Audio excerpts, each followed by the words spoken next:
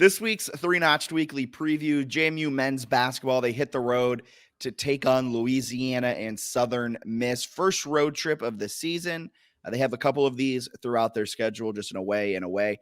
It's a big weekend, though, because this is the first true test for this undefeated team to go on the road in Sunbelt play, albeit against lesser quality opponents. But you could easily drop one of these games. Southern Miss, Hattiesburg, Mississippi, a weird place. The Ragin Cajuns, they haven't lost a game at home in 690 days. It's a Ragin Cajuns team that's coached by Bob Marlin. Their whole starting five, all of them are juniors, all have an offensive rating of 100 or more. It's an experienced group. It is a deep group. They know what they're doing. Something to watch out for. They're not a good defensive team, like at all. They're allowing a 52% effective field goal percentage, and they allow an offensive rebound on 38% of possessions, the 357th worst mark in the nation. What are you expecting for this first game on Thursday against the Ragin Cajuns? Probably the best of the two games this week, I would think. You mentioned that 690 days. Very impressive, and I did not realize that they had that kind of success at home recently. Offensively, like you said, really good. They can shoot it from three. You can force some turnovers on them, especially through steals, which I think will be interesting because JMU does a nice job of that and has during the entire Mark Byington era.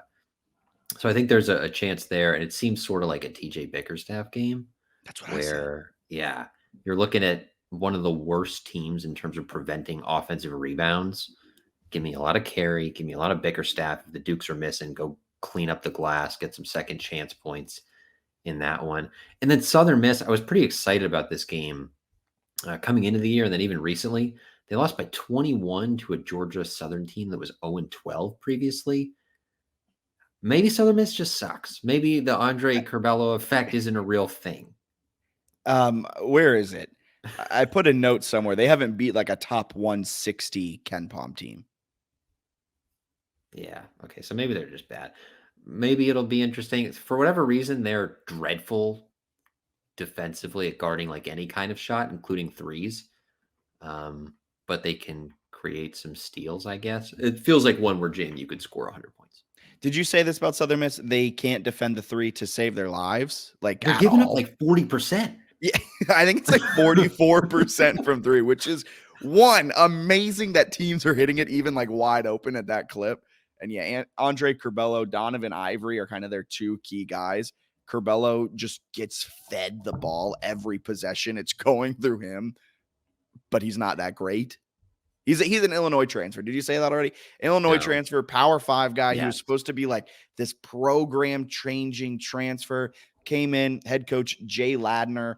Didn't have him to start the season. He's been getting incorporated into this starting rotation, into that rotation overall the last few games. But they're 6-7. They don't look good. They haven't looked good. None of their numbers say that they're good.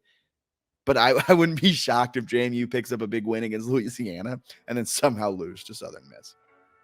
Ladner has one of the weirder coaching tracks. I don't know if you looked at this. I didn't. Here's his Southern Miss tenure starting in 2020. 9-22, 8-17, 7-26, 25-8, and then 6-7 this year. So like hottest seat you could imagine, I would think. And then like top 100 Ken Palm team last year. I don't know exactly how that works. Maybe they had like a crazy portal class or something, but my God. But then you bring in Andre Curbelo and you're like, okay, we should be able to run it back with some sort of like efficiency. And then you just don't. I don't know how you have a top 100 team and then they kind of laid an egg in the first round of the tournament last year. But gosh, that's very strange. Yeah. So that's this. So what are you expecting? A 2-0 weekend, a 1-1 weekend, or an 0-2 weekend? I think they go 2-0, but I think the Louisiana one has a chance to be pretty tough.